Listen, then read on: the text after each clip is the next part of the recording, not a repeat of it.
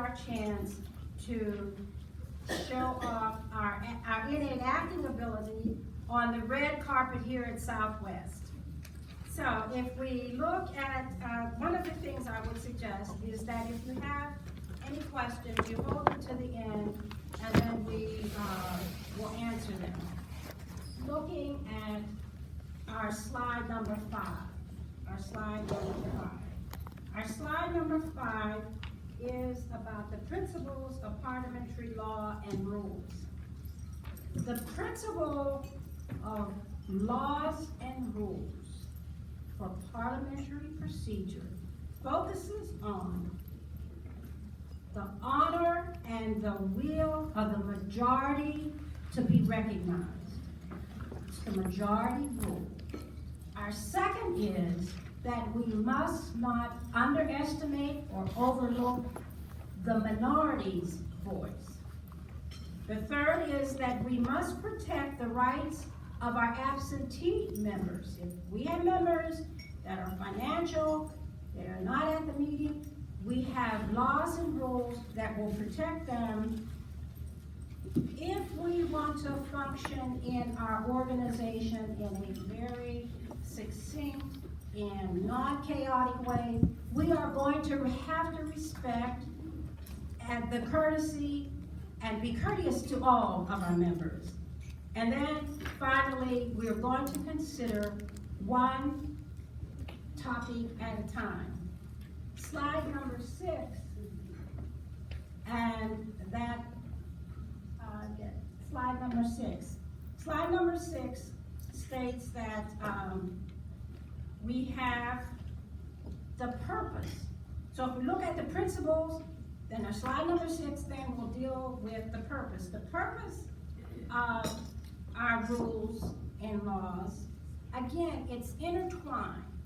And you cannot get away from the fact that the majority rules, that we have to pay attention to the minority voice. And when I say the minority voice, of course, you know, it's not the ethnicity, but it's all those in favor say aye, majority.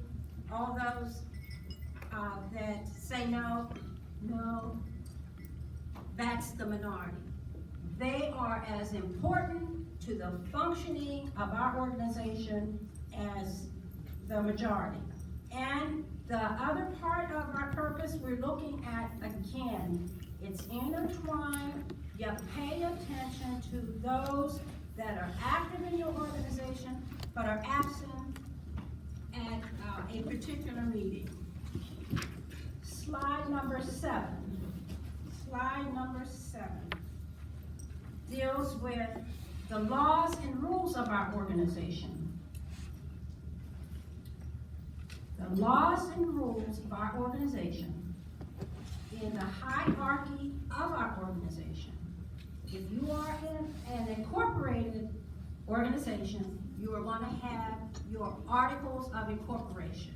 The articles of incorporation are the highest laws of our organization that we must be in tune to. Because why? The articles of incorporation are those rules, are those laws that we get from where? The state. They're from the state, and whatever state we're in, whatever state we have been incorporated in, that's what we pay attention to. They're state laws and their codes. The second would be our bylaws. And if you will pardon me, I will say, from a parliamentary point of view, our bylaws are the Bible with the small b of our organization. And for our organization, Robert's Rules of Order is what we adhere to. And with our Articles of Incorporation, with our Constitution and bylaws, we have the Rules of Order. That's the third. In priority order would be our Articles of Incorporation. Then we will have our bylaws. And from our bylaws, we have Rules of Order. Our Rules of Order are extrapolated from Robert's Rules of Order. Now, you can have any parliamentary authority you choose, But for the most part, most organizations will use Robert's Rules of Order. And one of the things I like to think about in however you felt about the big deal that they had in Congress with what was happening with 45 and the Congress, the House of Representatives and the Senate, that invariably when the chair of the Senate, the laws and the rules that they were trying to push forward, it would always go back to, let us ask the parliamentarian. And as a parliamentarian, I would sit up straight and I'd say, okay, so we do have a rule in our profession. So we have the Articles of Incorporation, we have our bylaws, we have our rules of order, then we have special rules. And what I like about it is, in our bylaws, we have regions and we have chapters. So anything that our bylaws, if they don't cover, that are needed at the lower level of our entity, our regions and our chapters, this is when we are able to write special rules of order. We hear that term a lot, special rules of order. And this is exactly what it says, that particular to our organization, our region out here in Southwest, is not going to operate necessarily like our Northeast region for various and sundry reasons. So we have the opportunity then to write special rules of order that will be particular to meet our needs as an organization. And from the special rules of orders, then we are able to write the standard rules of order. So simply put, recently we received our national bylaws. And in our national bylaws, totally revised, Article 10 was an article for our regions. Article 11 is for the chapters. So clearly, my chapter, Rokai Kai, we only have 20 members. And when you go to Alpha chapter, for example, they have 2,020 members. I'm kidding, but it is a large chapter. I'm just trying to draw the comparison. My alphasaurs. So, what would be needed for my chapter of 20 and what would be needed for the Alpha chapter clearly would not necessarily be the same. So, our national bylaws covers 8,000 members. We moved down, clearly 8,000 members. At another level down here, the region and the chapters are going to have different needs. That's when we write our special rules, and then from our special rules, we write our standard rules of order. This then, Soros and Freighters, provides us with the opportunity of having within our organizational entity those rules, those policies, those procedures that are unique to meet our needs. So, if there is an avenue, if there is a venue named parliamentary laws, parliamentary policies and procedures that can be particular to meet our needs, then one would think that our regions and our chapters would be functioning at a very high level. Because why? We're able to write those things that are specific to our needs. Then, if we are not able to proceed in that manner, then if at some point we say, well, we come to meetings, there's so much chaos, there is confusion. Why? Because we do have vehicles to write in and prevent the chaos and confusion. Then I would suggest that perhaps we need to look at us as individuals. And on slide nine, unwritten rules for members. The unwritten rules for members, I want you to take a look at that and ask yourself, am I attending the meetings to acquire experience, using my talents and my attributes to function as not only a good leader, but an effective leader? Am I participating in meetings and procedures and deliberating? And is my deliberation in the form of kindness, care, attributes? So how am I participating? But I must participate because what? I am a dues paying member, I care about Chi to Phi, and I want to be a part of it. So what we're looking at, when I said the majority rules, so I'm in the meeting, a motion is passed, I don't like it, so I'm going to sit there and frown and frustrate. No.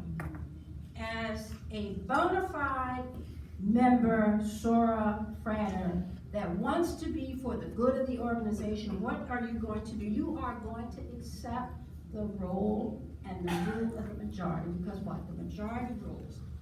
Then there's another bullet that says we obey the rules of the organization and we pay our dues and fees timely, and we bring members into the organization. So, SWRs, if we have all of this at our disposal, then I submit to you that there is absolutely no reason why every region and every chapter within Chi to Phi would not be functioning at the highest possible level because we have these instruments at our disposal. I would like to read this, what we consider the members' basic rights. The members' basic rights. Each member has the basic right to attend meetings, make motions, speak in debate, and to vote. We want you to serve on committees. We want you to share the organizational activities among the members, given your talents and your skills. What we sometimes not want to, that it escapes us. That if a member is not present, then perhaps in some way we don't have to include that member. Wrong. It's the right of the majority, it's the right of the minority, it is the right of our absentee members, and we must look out for our members that are absent. And there are rules within our parliamentary bylaws, or at a minimum in Robert's Rules of Order, that pays attention to SWRs who are absent. Then there is requirement for our meetings to be valid. So we call a meeting, it is only valid if all members are notified. If they are dues paying members, if they are regular members, then you have some form of vehicle to make certain that a meeting, you do not have a meeting unless all members are notified, so that they can come or not, participate or not, but at least you as the leader of the organization has done what you are supposed to do. And once you call the meeting, you have to make sure you have a quorum. So moving along to our second segment, the power of the bylaws. We pretty much know, I think, our bylaws are powerful. Again, our bylaws ensure the rights and duties of our members, and that should be our slide. I'm not going to go into that because I'm going to talk further about our bylaws.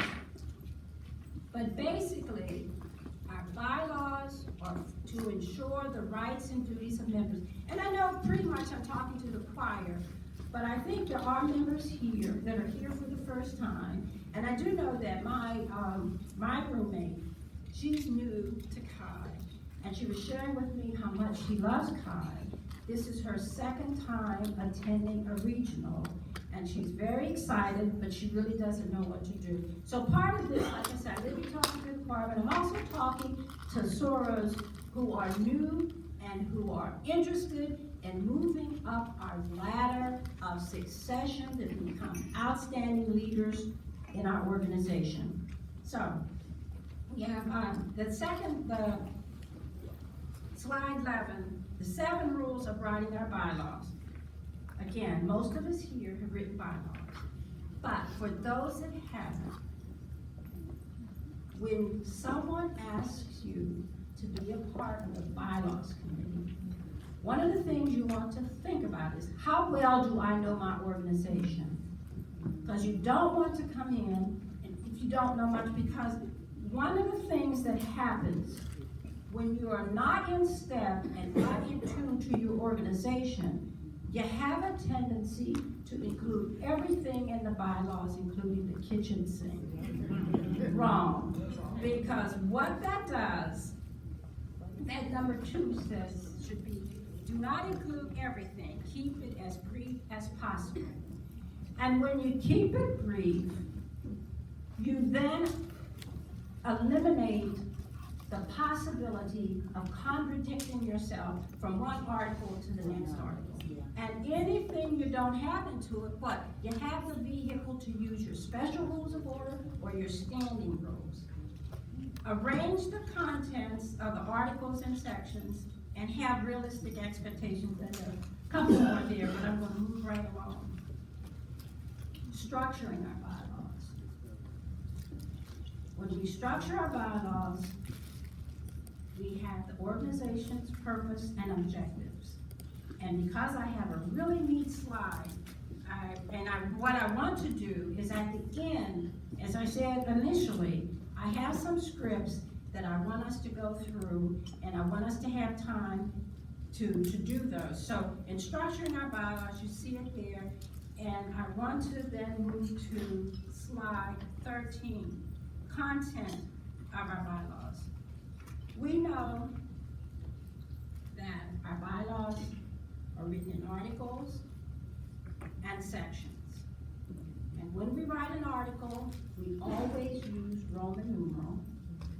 And when we write sections, we use the Arabic number.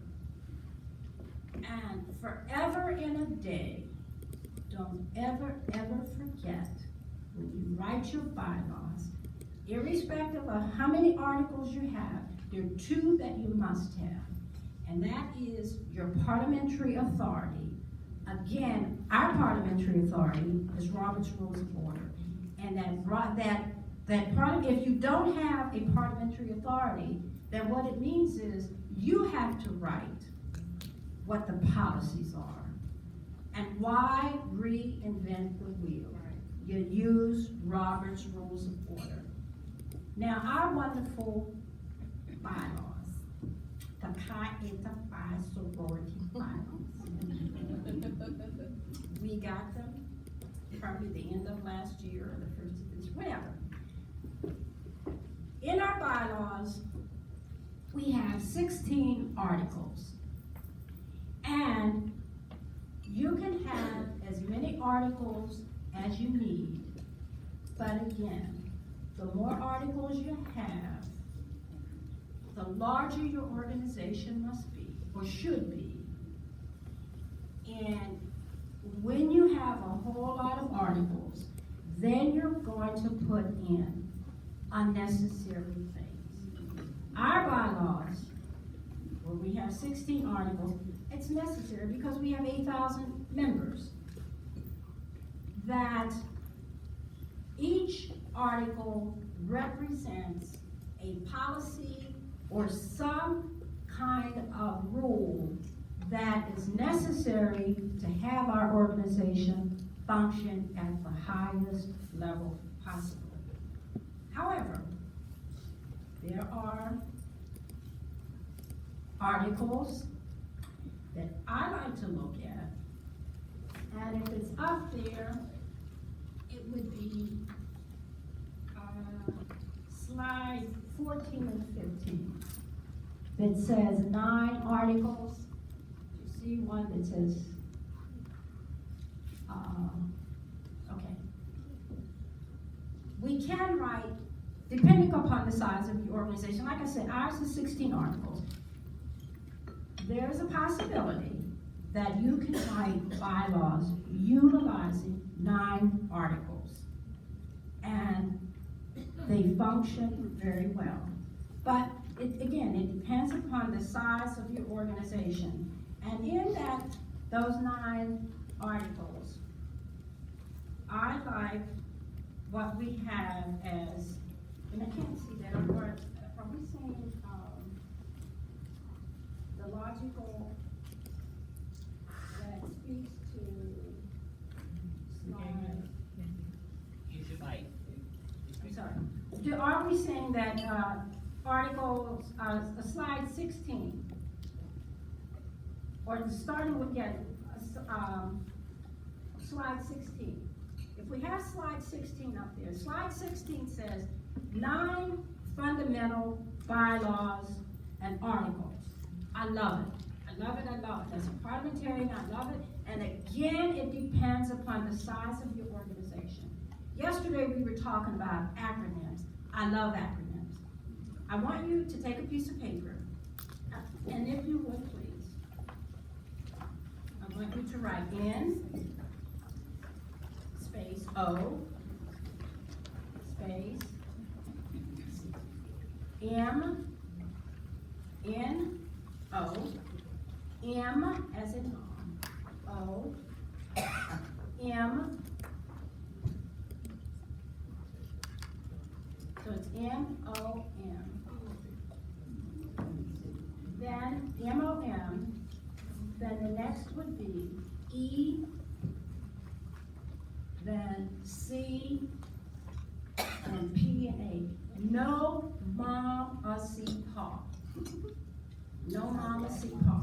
Now, if you have that acronym, you can write 9 fabulous articles to your bylaws. The N will be the name. Every organization has to have a name. So the N, then the O would be your object or proposal. We're still following our national bylaws. The M is for members. If you have an organization, you have to have members. And N, when you write that M, using 9 articles, the members will be, you're going to explain the classes of membership, qualifications, eligibility, and so forth. Then the O would be your officers. Every organization has to have officers. With your officers, they're going to, that O, you're going to explain what the officers do. The M is for meetings. We have to have our meetings. Then when you go to the E, no mom, for executive. Have to have our executives. They are appointed officers. Then the C, the C is committees. Then the P is your parliamentary authority. Then your A is amendments. So you see, you have 9 articles, very condensed, but they cover everything that you would need. So I am suggesting that if you belong to an organization that is not large, we have 16 in our large organization, we can do with no mama see pa. And we will be right on target, having outstanding bylaws that will cover the needs of our organization. So, our next thing would be,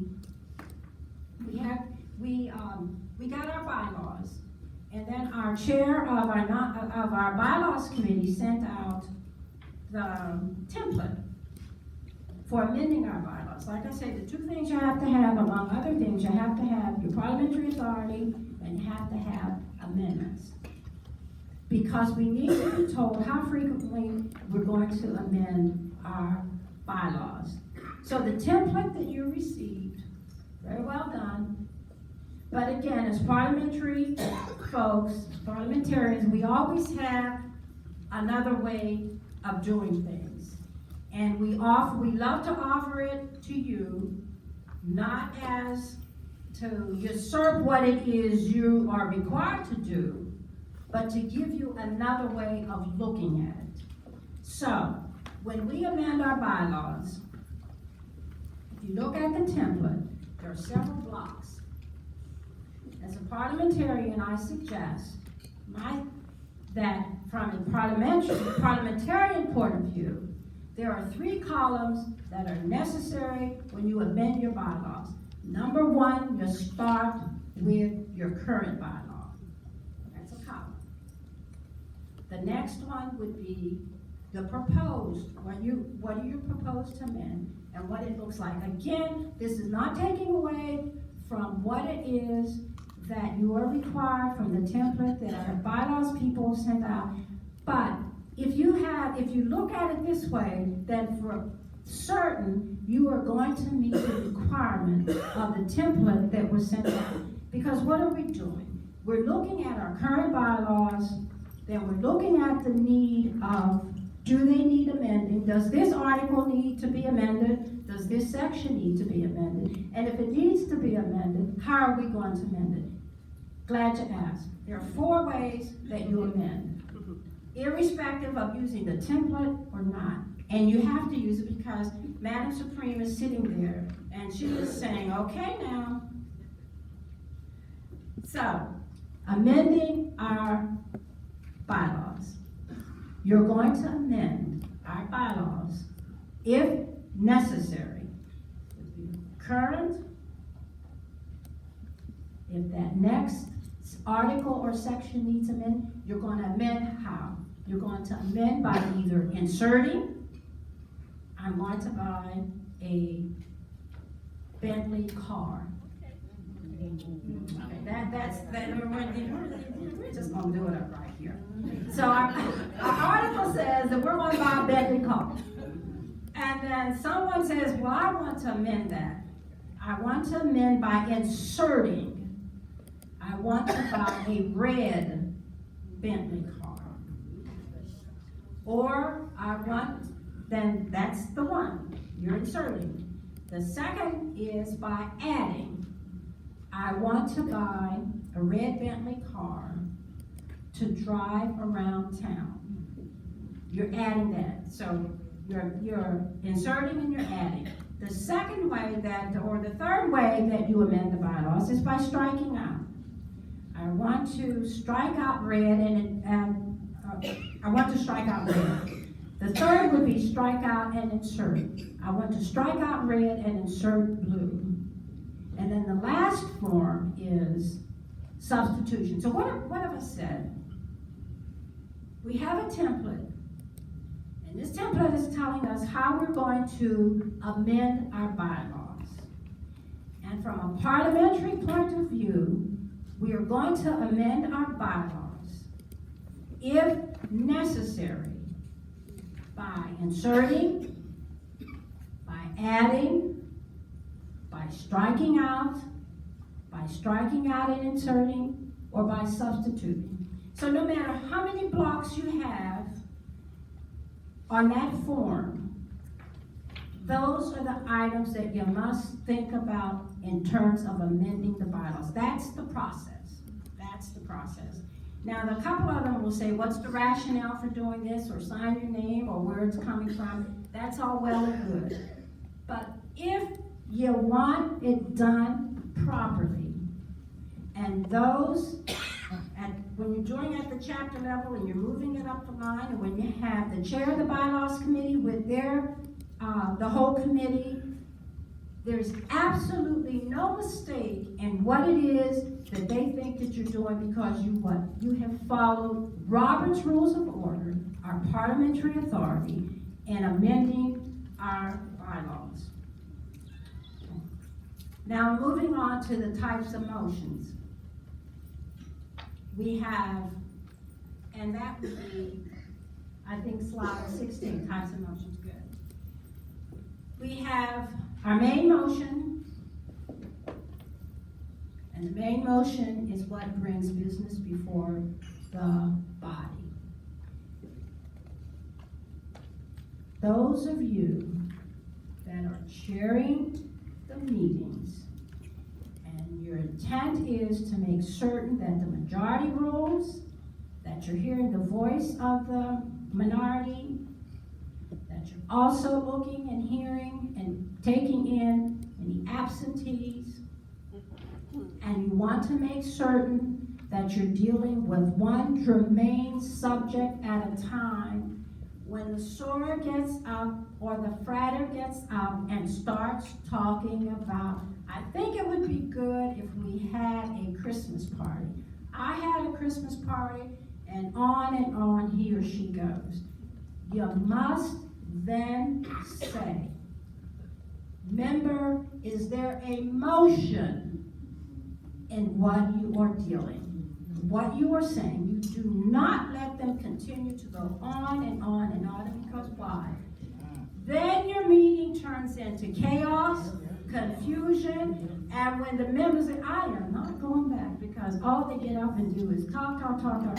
Yes. But you have vehicles, you have motions to prevent all of this from taking place.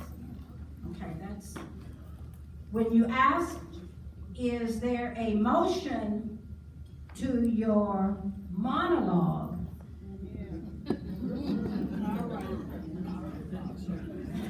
Then they must say, I move that. Okay, that becomes the motion. Then you have the class of motions called our subsidiary motions. And I'm not going to get into this, but I just want you to just take in what I take in and just love it like I love it. Just love it. So as your parliamentarian, I am suggesting that when we talk about all of our motions, we talk about ranking motions, and that's a whole day of a lot of taking in. But I'm just going to breeze through this to let you know that some of this we have already done. So the class of motion there then would be your subsidiary motion. And the one that I liked yesterday, there are various motions in your subsidiary. The one that I liked yesterday that we already used, and I was thinking about it, it was when, I think it was Samantha, that when the budget was being presented, afterwards, are there questions? The question was, can we take projects and programs and insert it in under another category? Our astute Madam Regional Director says, is there a motion in your monologue? But that wasn't a monologue. And then she said, the Madam Regional Director passed her a sheet, put your motion in writing, because what? We are not going to continue to do talk. We are going to write our motions, we're going to carry our motions through. So, Samantha wrote it out, and she said, I move that. Is there a second? Is there any question? Then it became a lot of questions. The subsidiary motion that was able to use when Madam Regional Director said, because it was clear that we could not take care of that, all of those questions then, it needed to be moved to another venue. The motion was then made. I move that we I move that this pending motion be given to a committee.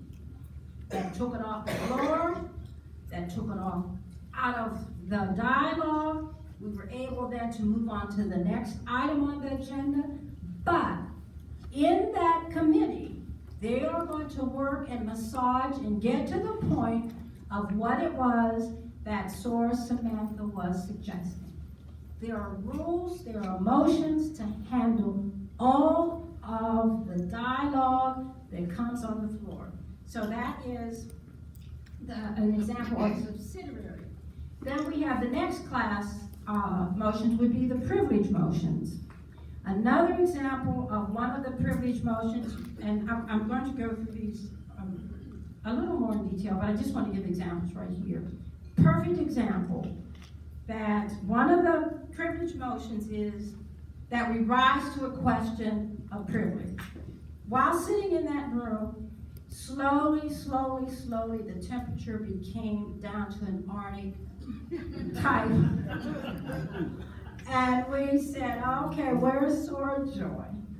And in her beloved way, was able to get in touch with whomever to take care of our motion of privilege. Our room is too cold. So you see, Soros, there's a motion for everything that we need to execute within our meetings to keep our meetings going in an effective way, and still let the majority rule. Don't overlook our minorities. Don't overlook the minority voice.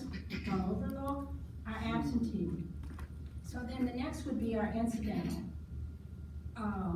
And the incidental motions are motions that relate to the business, and they help us process our main motion.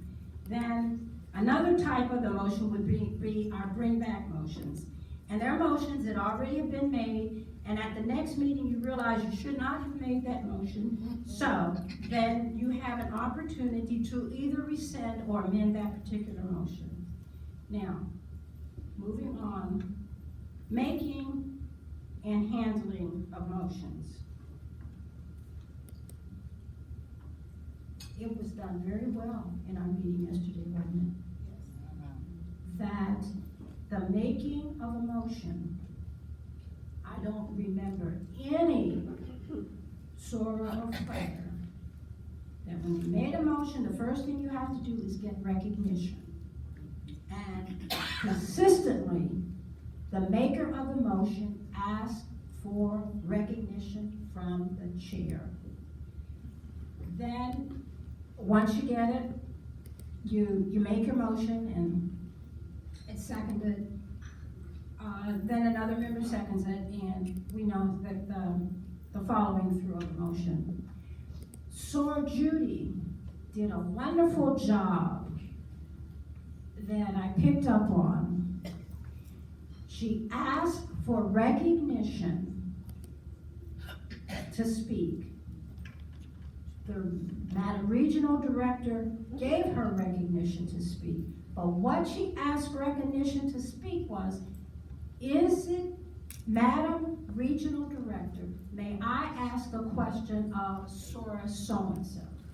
Here again, you are having courtesy, you are having justifying your actions, and in talking, it's smooth, it's seamless, and what? You move your meetings thoroughly, and you're out, and when people leave, they say, wow, that was a good meeting.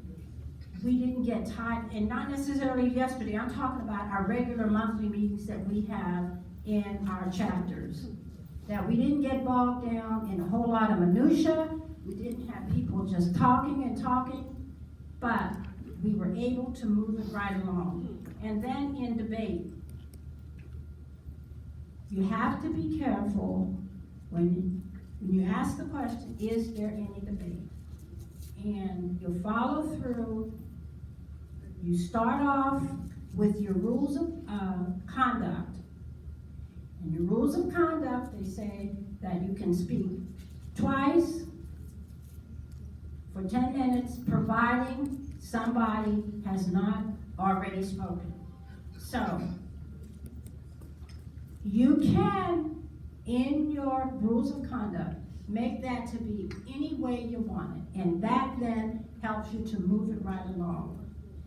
And I have to say this. When Madam Supreme Basilisk asked if I would be the parliamentarian for Southwest, and I agreed. And I talked to the regional director, and I said, I don't know your region, so if you would, any meeting that you have, Zoom me in. I don't care how insignificant you feel the meeting is, I need to learn from ground up what your region is all about. So Samantha Angie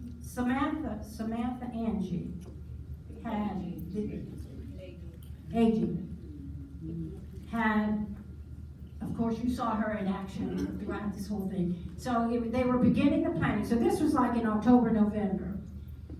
There was a meeting held, and the assistant regional director was the chair. She had this long 90-minute agenda. And in it, for each item, she had how many minutes were going to be spent on each agenda item. So when she started agenda item 1, the next item on the agenda is. So when we got there, we got to the point of, in my mind, having the experience, then I thought, okay, we need more time for our plenary session. So I asked permission to speak.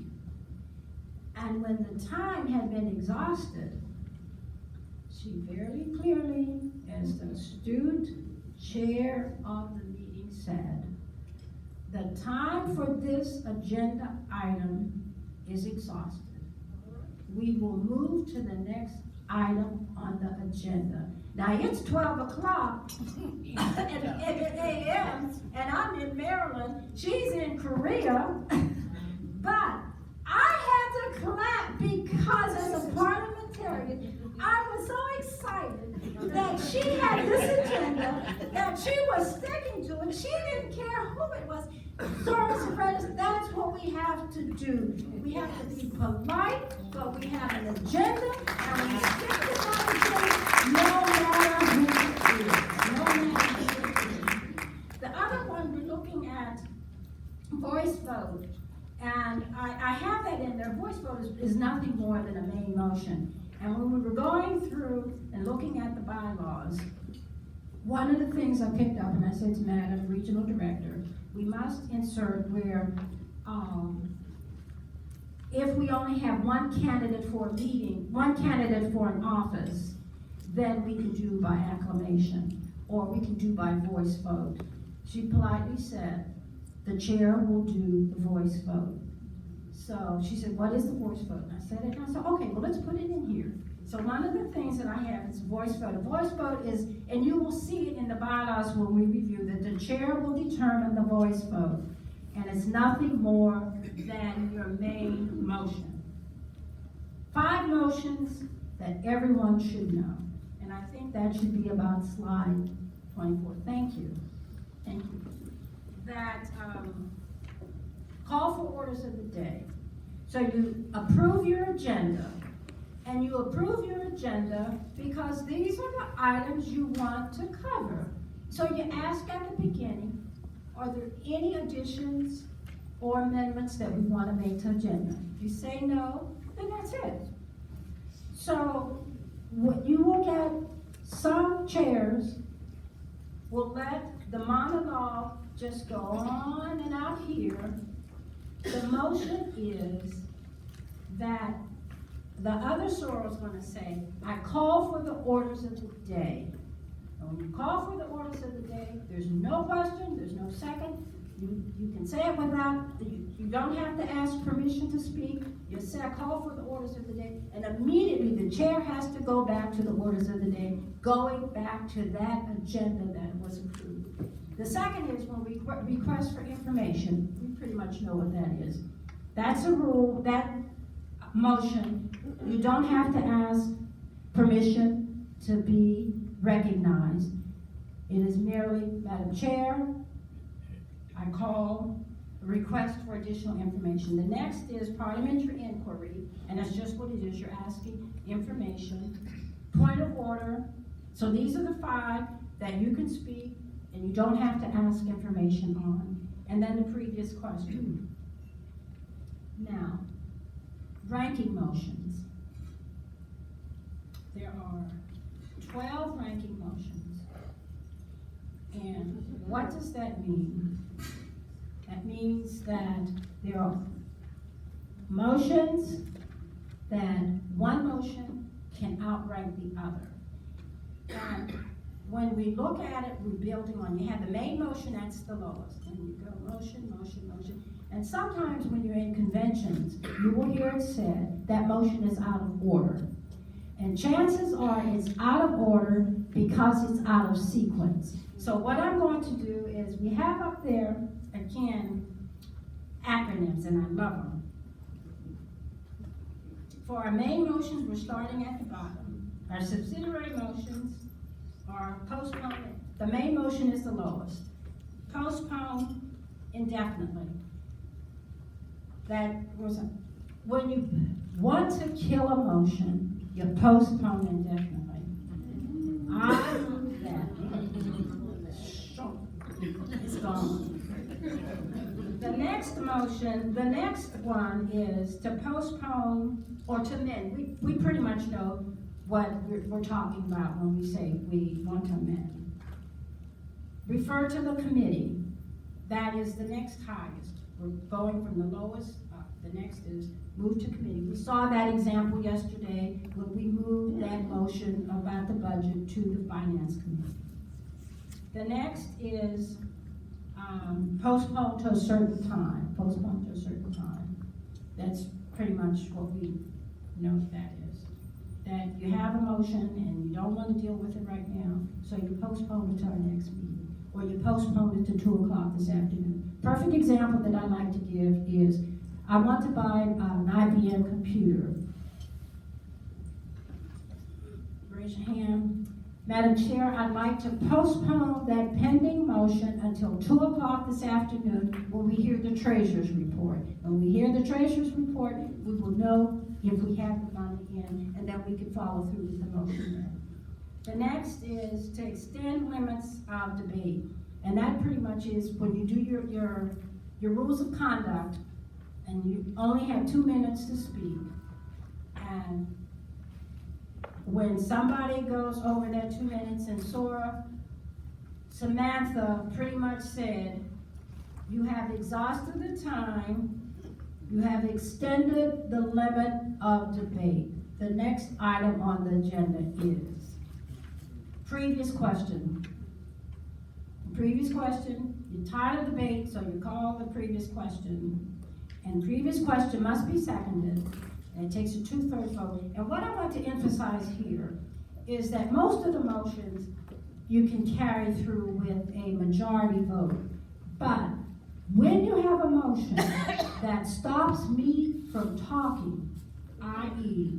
that I want to continue and I've had 2 minutes and I've exhausted my 2 minutes, I can then make a motion to extend the limit of debate. And when I do that, that takes a 2/3 vote, because then what you are doing, you are extending the time and you're granting me additional time to move it on. Previous question, you are cutting down you're stopping my debate, and I want to debate further. So if you call the previous question, it takes a 2/3 vote, because why? You are stopping, you are preventing me, the member of the organization, from speaking further. Call for and the last one on there is to lay on the table. I just love this, because you will hear folks say, I move to lay the motion on the table. And chances are they think that they have said something very great. But that is the most commonly used motion, commonly misused. That when you lay a motion on the table, it's only done in a temporary and an emergency situation. For example, we are in this room and we look up and we see the mayor coming through, and the mayor wants to speak. I move to lay the pending question on the table. The mayor comes in and has his say, then he leaves. I move to take the pending question from the table. Now, one of the things that I noticed when I was going through the minutes from our last year's regional, and this is consistently done, that you will move to lay the motion on the table. Wrong. When you're dealing with the motion you don't want to deal with, you either what? Postpone indefinitely, which kills it. You either move it to a committee. I move to refer to the finance committee. You postpone to a certain time, which would be taking it to the next regular meeting, and that still has caveats with it. But when you lay it on the table, it's only done in emergency situations. You do not lay a motion on the table. Repeat after me. We do not lay a motion on the table unless it's emergency. Okay.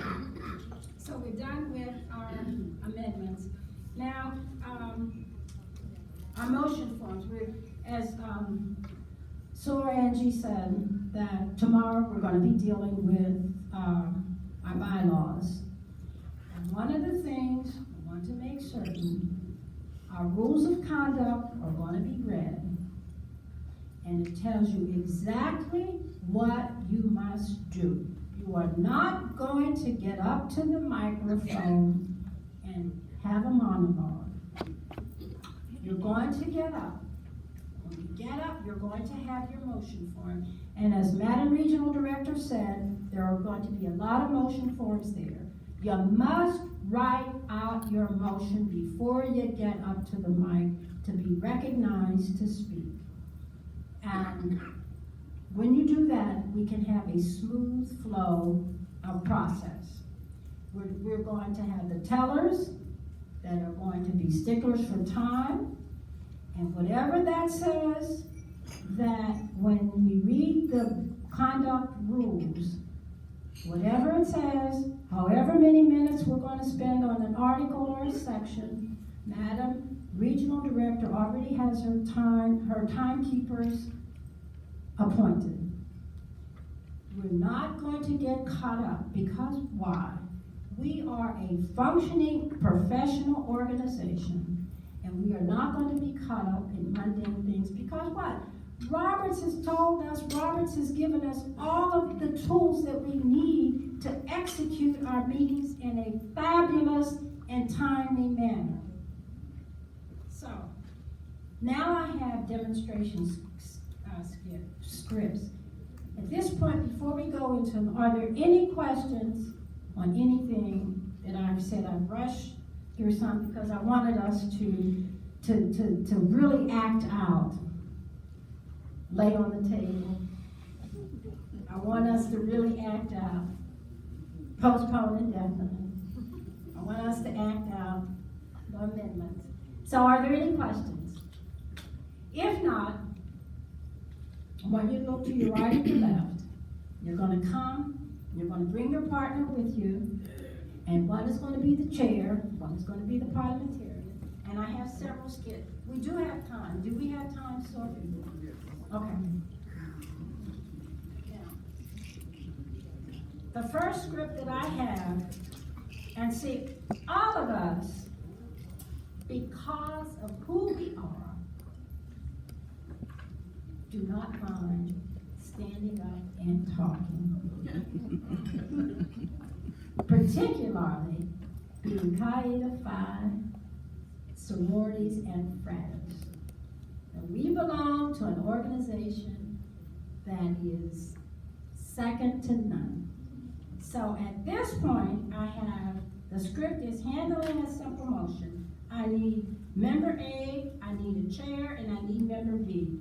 Madam Regional Director, and our two ladies here, beautiful, no, Madam Regional Director, Madam Supreme, and is it sore freight? I don't have my glasses. Is it sore freight? They ain't talking. Okay, come forward, please. Okay, so this is just handling a simple motion, and we know how to do that. Okay, so, and I just have the one, unless, I did have the one with screen, I did send it, but I guess they're not there.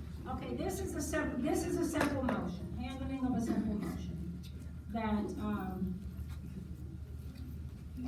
so we'll pass it, so let's just look at it, and stay in mind, and look at the script, just look at the script, and we realize what it is, because we pretty much know how to execute a simple motion.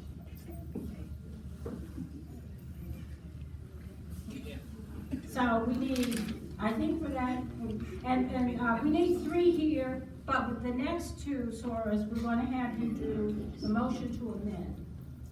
So for the simple motion, we're gonna need a chair, we're gonna need a member A, and we're gonna need a member B.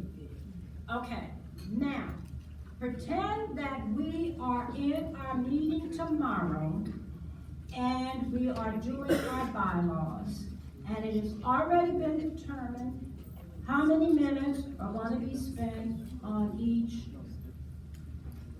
article and section. And, let's do this.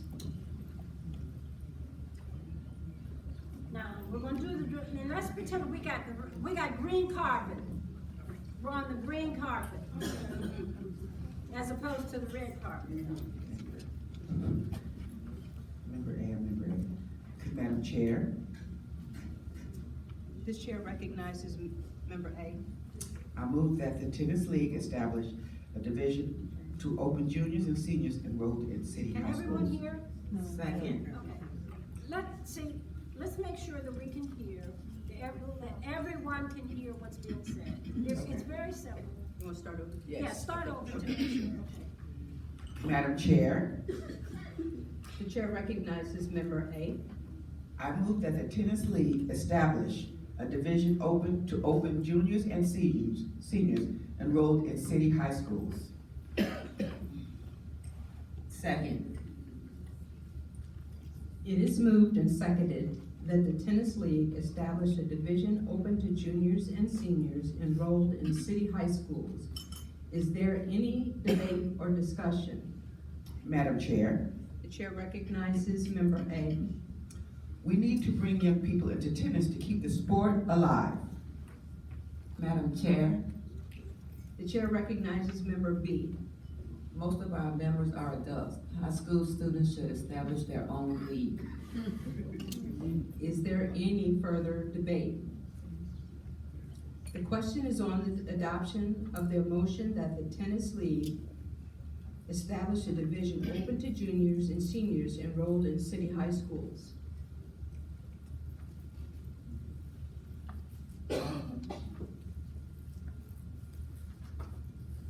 Those in favor of the motion say aye.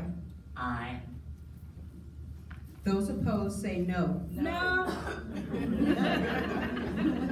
The ayes have it, and the motion is carried. No. It was 2 no's. So you see Okay, the the. noes have it, and the motion is lost. Is there any further new business? So great. So let's give them a clap. They ring. Wait. So the process. Sorry, Barbara. It's Mike. The process here is very simple, that you speak, and one of the things that they used to say, is there any discussion? Okay, they don't say that anymore because the discussion gets to be on and on and on. Roberts now says we do, is there any debate? And the debate is different than the discussion, so debate is the pros and the cons. Okay, so next we're gonna do the amendment.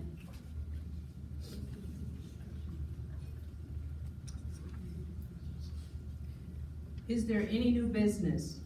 Madam Chair, So let's pass it down and let's give our other, stars.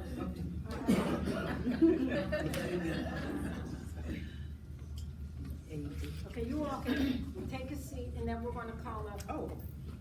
Yeah, you all can take a seat and we're gonna, the amendments, We're gonna have our other actors. You take a seat. Oh, good. No, no. Unless, no, okay. Okay, this is on amendments. Now, for amendments, we hear all the time, I move to amend. We can have what we call a primary amendment and a secondary amendment. But one of the things we must always remember, always, when you make an amendment to the motion, that the amendment has to be approved. And if the amendment is approved, you say, if the amendment is adopted, the main motion will read. If the amendment is not adopted, then you go back to the original motion. So you have an original motion, and you move to amend. You take it through the process of amending, which would be, I move to insert the red for a Bentley. What you have to do is approve the amendment of inserting red. And once that amendment is approved, then the new amended motion becomes, we're gonna vote on a red Bentley. We started off with just a Bentley. With the third person, Barbara had, do I see Barbara had you back there? No, I guess not. Okay, Sora in the yellow with a beautiful polka dot, right?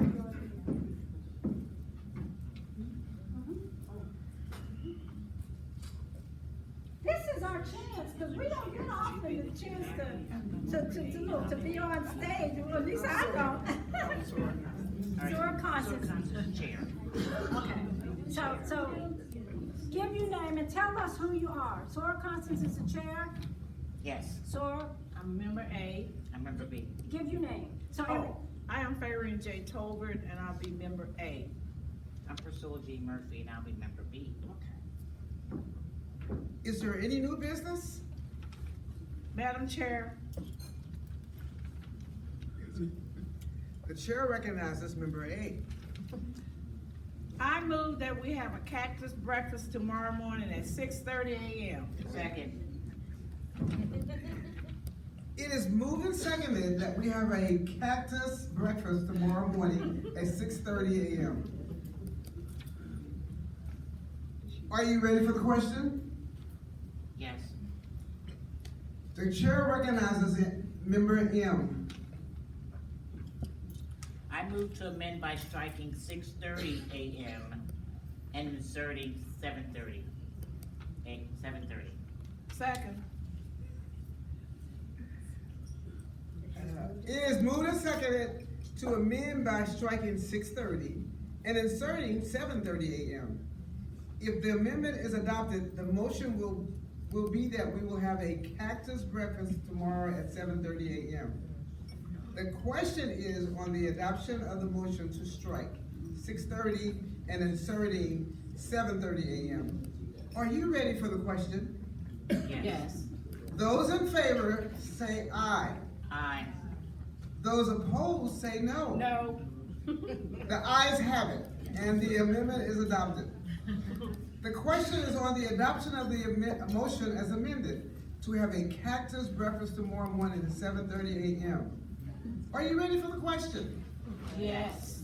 Those in favor to have a cactus breakfast tomorrow morning at 7:30 a.m. say aye. Aye. Those opposed say no. No. The ayes have it, and the amended motion is adopted. There will be a cactus breakfast tomorrow at 7:30 a.m. So, It was great. That was really good. so you see, and quite often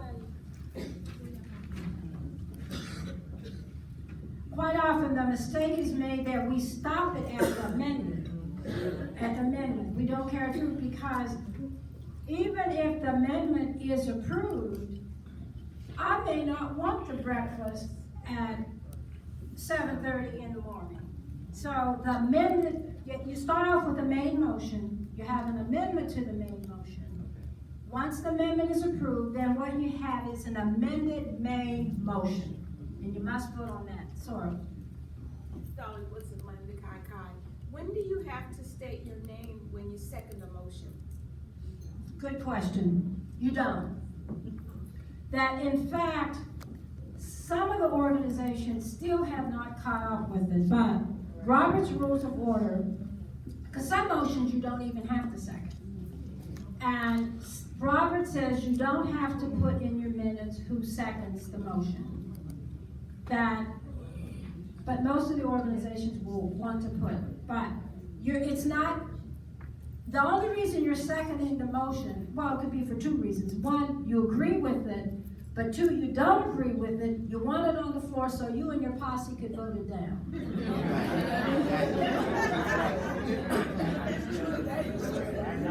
Posse could vote it down. So, the seconder of the motion. Now, one of the things that is frequently done and does not have, when you have a main motion coming out of committee, and if your committee is more than one, you have a committee in the finance committee, okay, that we did yesterday, we referred it to the finance committee.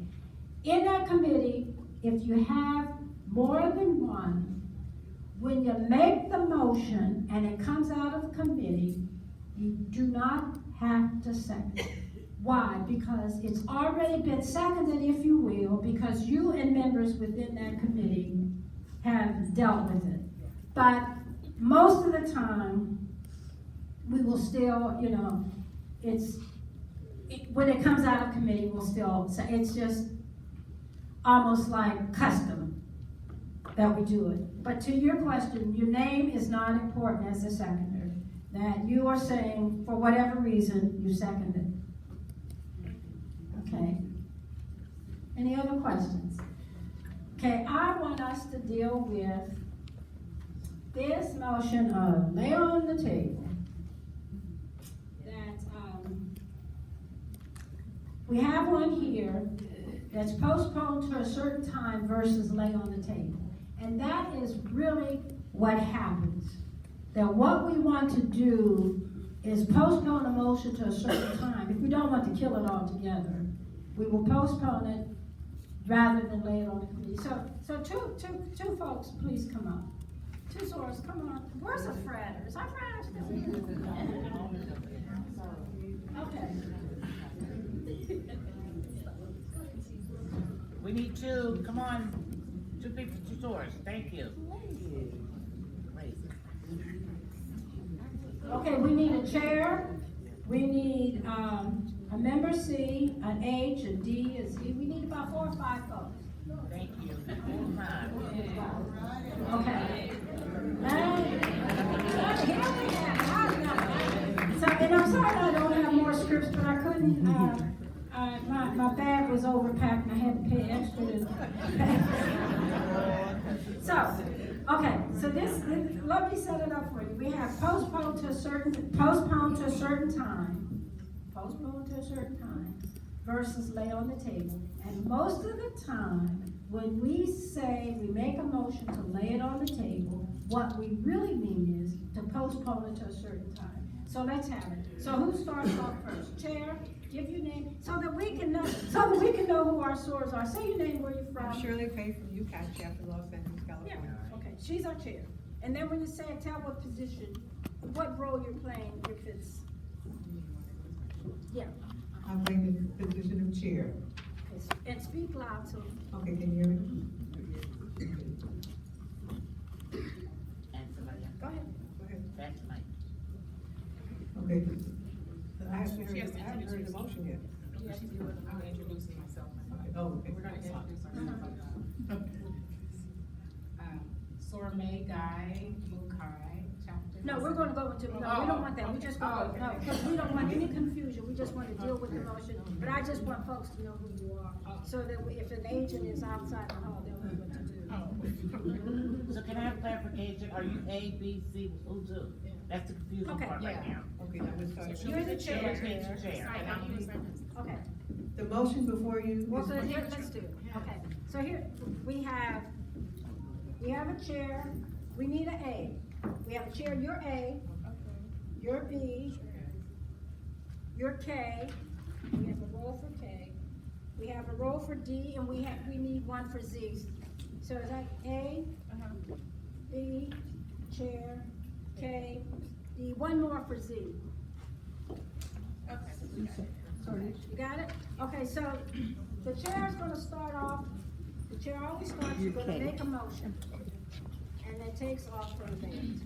And speak loud, and understand, you know, we're singing for the first time, and that's okay. We're gonna fumble through it, but that's okay.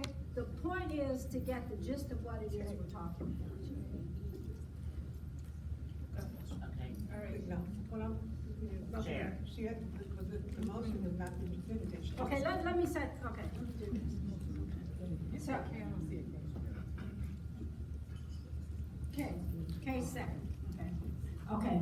During a regular meeting, a main motion to temporarily dispose of, with a motion to lay on the table, and then there's a motion to postpone to a certain time. Okay, so a main motion is made.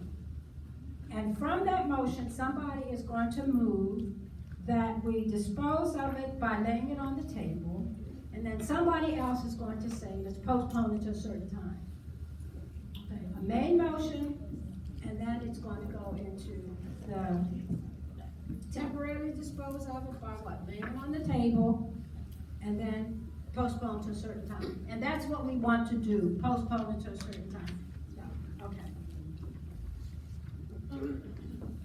The motion before you is to hold the next retreat on a cruise ship. Are you ready for the question? Okay. Okay, so the motion is to hold on the cruise ship. Okay. Madam Chair, The chair recognizes Madam Member A. I noticed that the board's attention is requested by our administration. I move to lay the current motion on the table. Second. Without objection, the pending question is laid on the table. Hearing no objection, motion passed. Madam Chair, The chair recognizes Member B. I move that this board supports the upcoming fundraiser. So what the point is missing here, I think, that is that when she laid it on the table, that it, see, okay, the motion was to do, the motion was to do a cruise, and when they looked up, the administrative officer came to the door, which was the administrative officer came to the door, okay? And that's in the line print, that the chair recognizes member, and it says, a member starts to speak and notices that an important official from the administrative office has entered the room, signaling a request for a few minutes. Okay, so that's, okay. Second.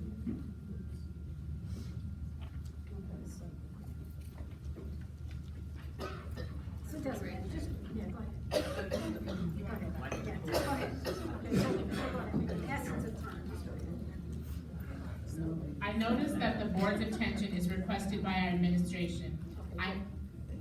I move to lay the current motion on the table. The administrator office is here, a motion is made, so what they're saying, I move to lay it on the table because what, an official is at the door, it's a temporary emergency. You're gonna lay it on the table. And move to lay it on the table, go ahead. Without objection, the pending question is laid on the table. Hearing no objection, motion passed. So what is she saying? Without objection, I move that we lay it on the table because of an emergency administrative officer is coming to our meeting. Okay. Go ahead. Go ahead. And, okay, let me help you. That what happens is the administrative officer comes in and he wants to request some money. Is that what that's in there? He wants to request some money. Okay, go ahead. Madam Chair, Chair recognizes Member B. I move that the board supports the upcoming fundraiser. Second. So what happens, he comes in, we stop, we lay the motion on the table, he's saying, I want you all to help me with the fundraiser. While he's there, they vote to help with the fundraiser. He leaves, then, Without objection, this board will support the upcoming fundraiser. No one objects. Hearing no objection, motion passed, and we will support the fundraiser. Go ahead, go ahead. You have to finish, Karen. On here, so member C is supposed to say that. Okay.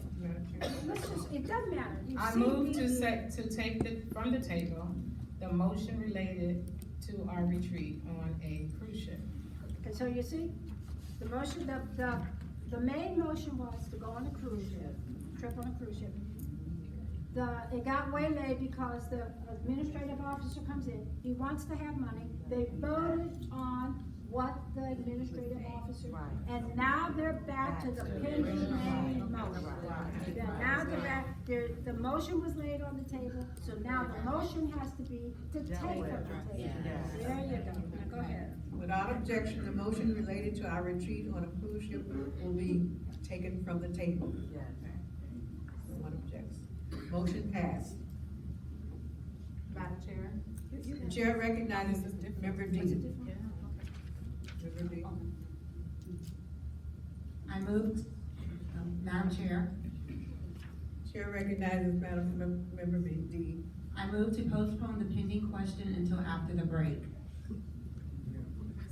Second.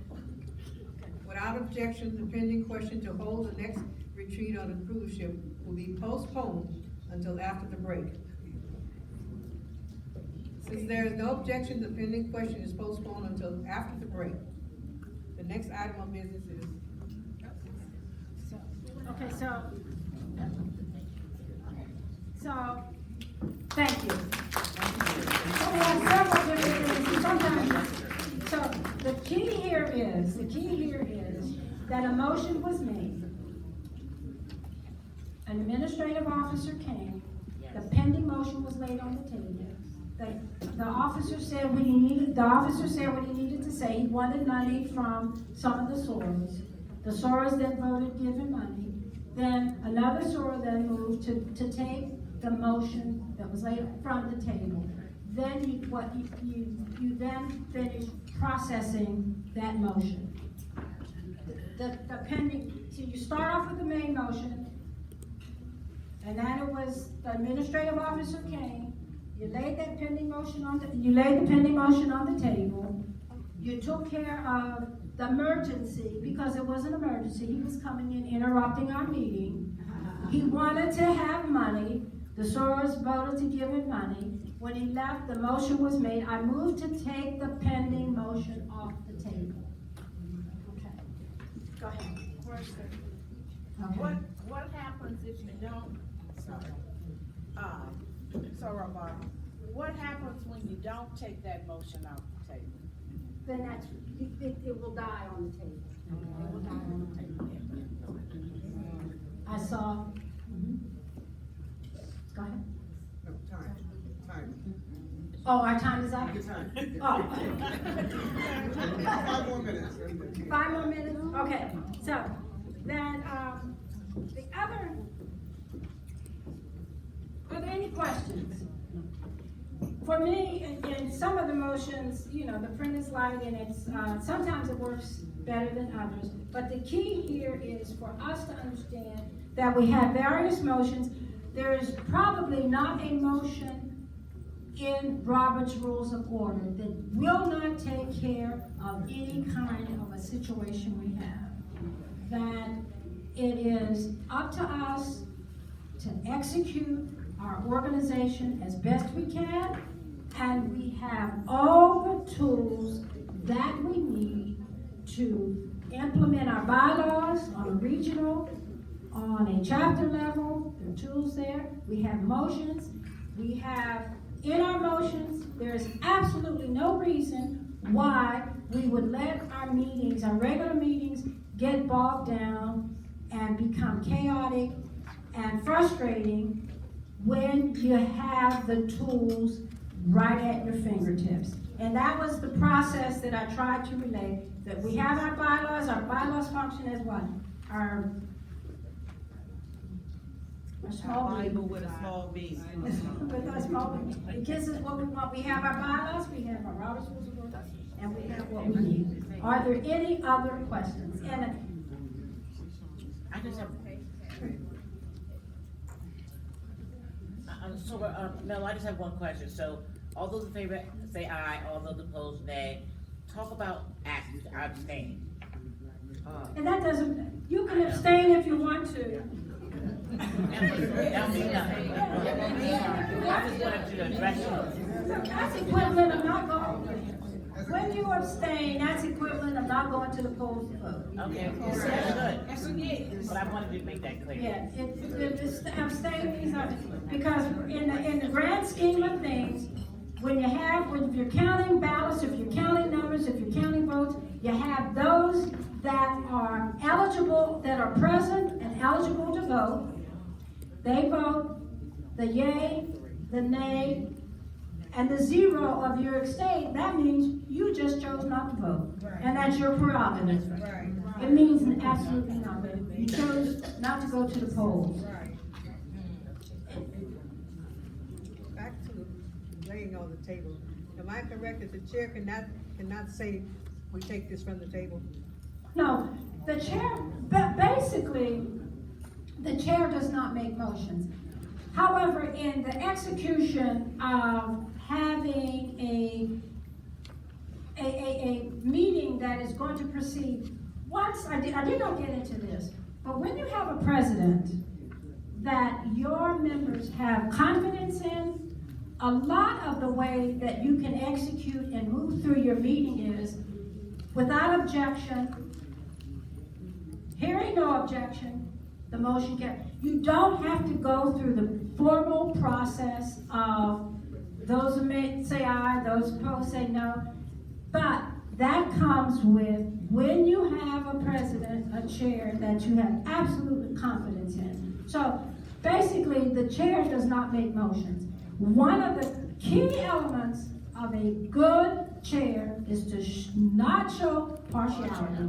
Now, the chair does not vote except when you have a ballot vote. This is something different. And this is free. That I just love it because many people will think that the chair can vote to break a tie. And you can, but I am of the position that if there's 50-50, why break the tie? Because there's no win-win for the president. The president then, she just showed partiality, or he just showed partiality. Let it die. A tie vote dies.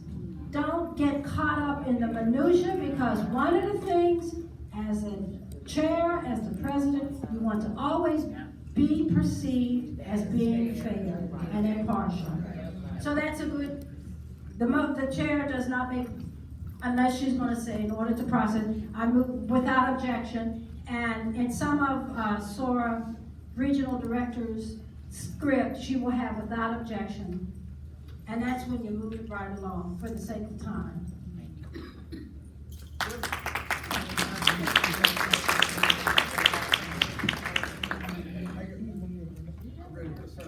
have a question.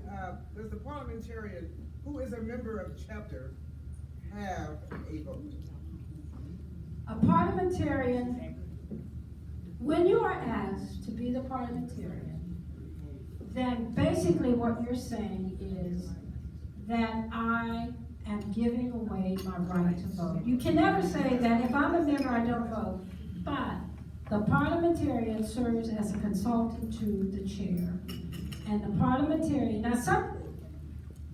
the parliamentarian should not vote. The parliamentarian should show to be there as an advisor to, and the other thing is, I heard someone say once, a parliamentarian says, well, you sat there just like a church mouse. You didn't say anything. Well, a good parliamentarian, if they are in tune with their chair and they have had consultation ahead of time, then one is speaking for the other, the script is there, and they may look and there's a nod, and when you have that kind of relationship, there's a nod, there's a wink, there's a little note that you pass through. Like yesterday I was passing, so our regional director, a couple of notes. We were on the same page because we had prepared ahead of time.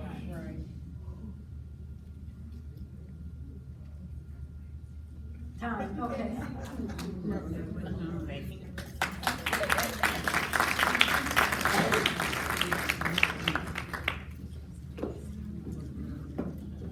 Thank you, Sora Miller. Just a few more questions here. I just wanted, first of all, thank you, Sora Miller, for presenting that. And I just want all of you to realize the work that goes in to being a parliamentarian. Because we have a script, so in order to do that, we have to help your meetings flow. If you are a local parliamentarian at your meetings, you have to reach out to us and let us know how to guide you. We do not function in a silo. And so it really is to each one teach one. It does us no good to take it with us when we're not here.